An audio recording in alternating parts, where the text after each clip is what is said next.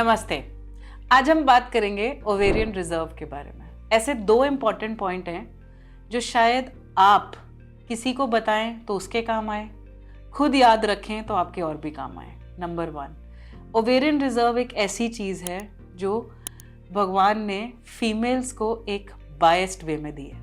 Mails में sperm count हर दिन बनता है, हर दिन बढ़ता है और 50-60 साल तक बनता रहता है। फीमेल्स में एग्स फिक्स्ड डिपॉजिट के साथ आए हैं और जैसे जैसे दिन गुजरते जा रहे हैं, एज बढ़ती जा रही है, ये कम होता जा रहा है। सो फीमेल्स के साथ अच्छा तो नहीं किया, पर ट्रीटमेंट और टेक्निक्स ने शायद फिर भी एक सोल्यूशन निकाल दिया। ओवेरियन रिजर्व एक ऐसी चीज है जो फीमेल्स में एग का काउंट है। एग काउंट मीन्स, मैं आपको डिटेल्स में नहीं जाऊंगी कि फीमेल कितने एग से बॉर्न होती हैं और कितने रह जाते हैं एडोलेसेंस में, वो बहुत सारी वीडियोस हैं, आप जाके देख लेना। सिंपल चीज समझनी ये है कि हर दिन एग्स कम होते जा रहे हैं। अगर आपकी एज ज़्यादा है और अभी आपकी शादी नहीं हुई तो एक लौता आंसर है एग फ्रीजिंग। अगर आपकी एज 35 to 40 है और आपकी शादी नहीं हुई, उसका भी एक लौता आंसर है एग फ्रीजिंग। और अगर आपकी एज बिटवीन 30 to 35 है और शादी नहीं हुई, उसका आंसर भी है एग फ्रीजिंग। मैंने अपनी एग फ्रीजिंग कराई थी जब मैं 29 ईयर्स की थी। तब मेरा प्रोफेशन अभी प्रोफेशनली मैं स्टेबल नहीं थी, मैंने शादी नहीं करी और मैंने अपनी एग फ्रीजिंग कराई। इसकी स्टोरी बहुत सारे न्यूज़ चैनल्स पे है, आप जाके देखना। बहुत ही इंस्पायरिंग स्टोरी है। मेरे जो दोनों बच्चे हैं वो भी एग फ्रीजिंग बेबी हैं। सो अगर 30 to 40 ईयर्स के बीच में आपकी शादी नहीं हुई तो एग फ्रीजिंग उसका आंसर है। वापस आते हैं ओवेरियन रिजर्व पे। ओवेरियन रिजर्व धीरे धीरे कम होता रहता है। क्या क्या ऐसे फैक्टर्स हैं जो ओवेरियन रिजर्व कम करते हैं? सबसे इंपॉर्टेंट फैक्टर एज।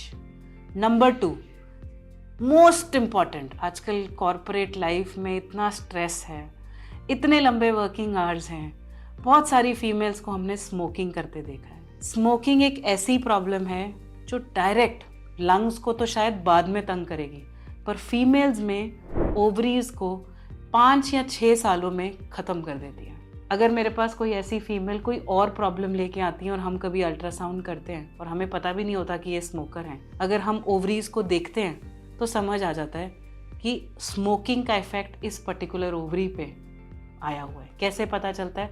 उनका एग का नंबर कम हो जाता है। अब आपको भी पता है एग से क्या होता है? प्रेगनेंसी। अगर एग का नंबर कम होगा, चांसेस नेचुरल प्रेगनेंसी के कम होंगे, जल्दी ट्रीटमेंट की तरफ जाना पड़ेगा। और अगर एग का नंबर बहुत कम हो जाएगा तो एग्स कहाँ से आएंगे? बॉडी में एग्स बन नहीं सकते, आपको एग बैंक से यानी कि किसी और के एग्स लेने पड़ेंगे।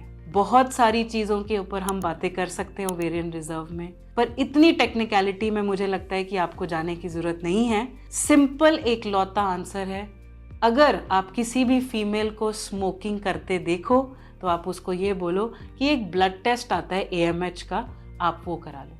या I would recommend every female should get AMH test done after 30 years of age, ताकि हमें ये तो पता हो हमारी बॉडी का स्टेटस क्या है, हमारे एग्स कैसे हैं, एग्स का नंबर क्या है, कितना टाइमलाइन है आपके पास शादी का, या कितना टाइमलाइन अगर आप मैरिड हो, आपके पास कितना टाइम है कि आप नेचुरली ट्राई कर सकते हो, या आपके पास कितना टाइम है आप बेबी को डिले कर सकते हो। सारे क्वेश्चंस का आंसर ओवेरियन रिजर्व ही देता है और सारे क्वेश्चंस का आंसर एक सिंपल ब्लड टेस्ट आता है AMH, जो कि आप पीरियड के किसी भी दिन पे करा सकते हो। सिंपल ब्लड टेस्ट है, हर तरह की पैथ लैब ये टेस्ट करती हैं, आपको बड़े या छोटे शहर में होने की जरूरत नहीं है इसके लिए। ये टेस्ट आपको ये बताएगा कि आपका क्या है पोटेंशियल नेचुरली प्रेग्नेंट होने का, या अगर आपको किसी ट्रीटमेंट की रिक्वायरमेंट है तो किस तरीके की ट्रीटमेंट की रिक्वायरमेंट है। नमस्कार।